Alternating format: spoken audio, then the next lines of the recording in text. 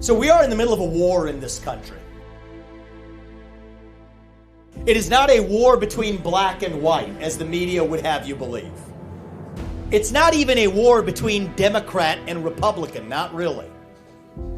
It is deeper than that. It is a war between those of us who love the United States of America and our founding ideals. Those of us who believe in the words of the Constitution and the Declaration of Independence, that all men are created equal. Those of us who believe that you get ahead in this country, not on the color of your skin, but on the content of your character and your contributions. That is one side of this war. And on the other side, we have this fringe minority who believes that your identity is based on your race, your gender, your sexuality. Who believes that if you're black, you're disadvantaged, that if you're white, you're privileged. Who believe that censorship is the right way rather than free speech. That maybe we can use our military to protect somebody else's border, but if we use it to protect our own border, that is xenophobic or bigoted. And by the way, if you disagree with any of those ideas, that automatically means you're a racist or a homophobe or a transphobe or a climate denier. At a point in our history where there's no greater damnation than to be called one of these things. That is the other side of this war. And I call it a war because there's no middle ground here. Either you believe in merit or you believe in group quotas. You cannot have both. Either you believe in free speech or you believe in censorship. You cannot have both. Either you believe in American exceptionalism or you believe in apologizing for who we are. You cannot have both. I think now more than ever we need a commander-in-chief who will lead us to victory in this war. A commander-in-chief who understands we're not working with a lot of time here.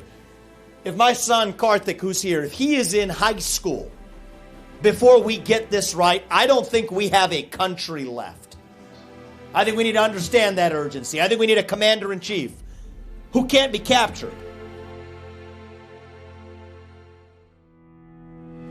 I'll tell you, every politician dances to the tune of their biggest donor. And in my case, that biggest donor is me. I'm not going to dance to somebody else's tune.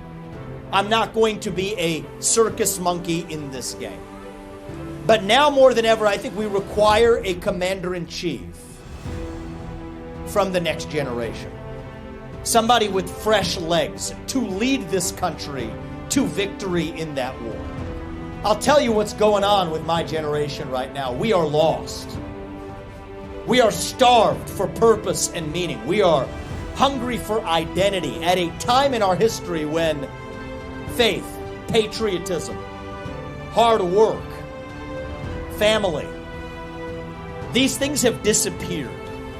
And that leaves a moral vacuum, a black hole in our hearts that we need to fill with something more than what the other side is offering. The other side will give us race, gender, sexuality, and climate. But we now have to level up as Republicans to actually stand for something. We can't just be running from something anymore. We will not win this war that way. We have to start running to something. To our vision of what it means to be an American in this country today. To me, it means we believe in the ideals that set our country into motion 250 years ago. The ideals of the American Revolution.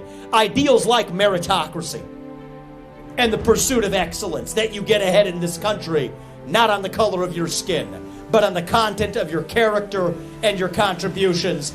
That is why I've said we will end quota systems and racial affirmative action in every area of American life. It has been a cancer on our national soul, and we are done with it.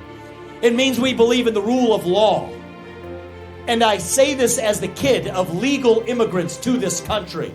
That means your first act of entering this country cannot break the law. That is why I've said we will use our own military to secure our own border rather than somebody else's halfway around the world. That is what it means to stand for the rule of law in the United States of America. It means that we, the people, create a government that is accountable to us, not the other way around. That the people who we elect to run the government ought to be the ones who actually run the government, not the shadow government in the deep state that's pulling the strings of power today. So you know what? If I can't be your next president for more than 8 years, which I think is a good thing, by the way, then neither should any of those federal bureaucrats who are reporting into me either. 8-year term limits for the bureaucracy instead of civil service protections. That is how you drain the swamp. 75% reduction in the number of federal bureaucrats by the end of my first term. 50% of it we will get done in the first month. That is how you drain the swamp. Shut down government agencies that should not exist. Like the failed Bureau of Investigation, the FBI, to the ATF, to the CDC, to the U.S. Department of Education. We're not just going to massage them around the edges anymore. We will get in there and shut them down. That is how you revive the integrity of a constitutional republic. Don't start with last year's budget as the baseline. Start with 0 as the baseline and ask what's actually necessary. Zero-based budgeting. That's how we tackle our national budget. That's how we drain the actual swamp in Washington, D.C. To do this, we need elections we can trust, that we can believe in. That means, yes, unelected judges are not going to decide willy-nilly across the state who ends up on a ballot and who doesn't. But we need to go further than that. Single-day voting on Election Day as a national holiday with paper ballots, government-issued voter ID to match the voter file, and English as the sole language that appears on a ballot. This isn't controversial. It shouldn't be. This is common sense. These are not black ideas or white ideas. These are not even Democrat ideas or Republican ideas. They shouldn't be. These are American ideals that we fought a revolution to secure in this country. And I believe deep in my heart that those ideals still exist. I am running for president to revive them. It's on the back of our coins for a reason. E pluribus unum. It means from many, one. That's what we've lost in this country. We have celebrated our diversity and our differences so much that we forgot all of the ways that we are really just the same as Americans, bound by that common set of ideals.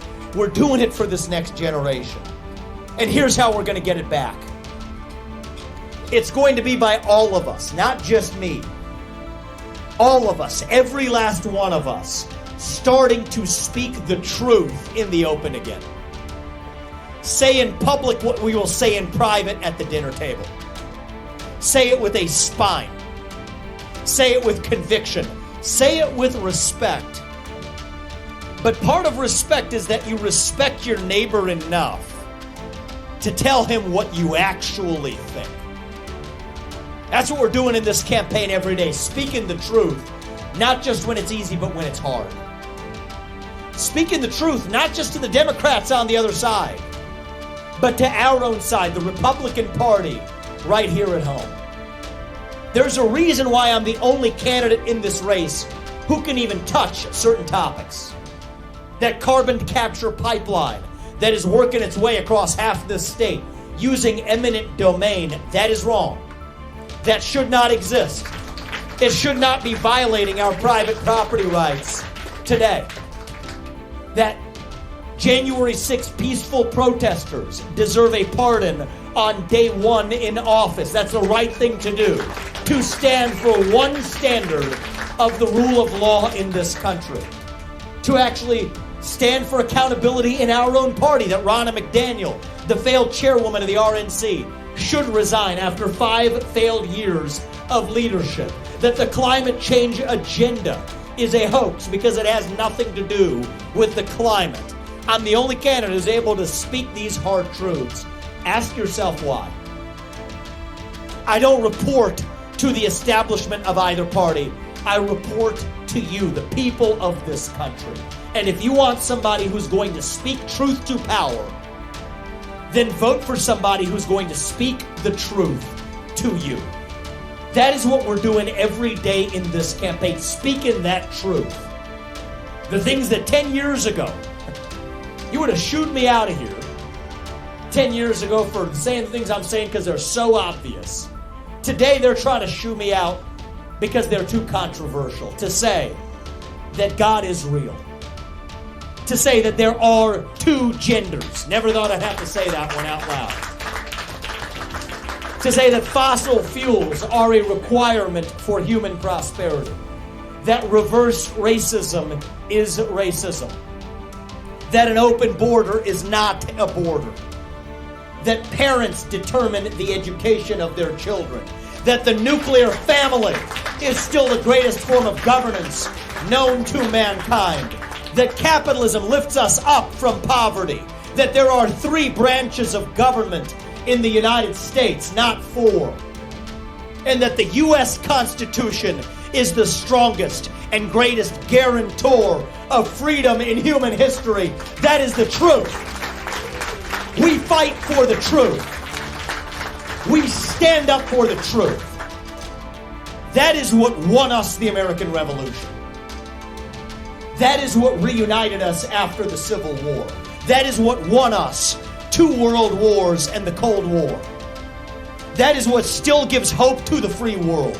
And if we can revive that dream over group identity and victimhood and grievance, then nobody in the world, not a nation, not a corporation, not a virus, not China, is going to defeat us.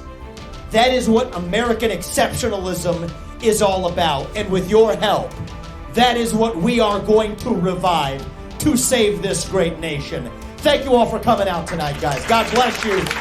God bless this country. God bless your families. We will not stop until we get this job done. That is what it means to stand up for this country.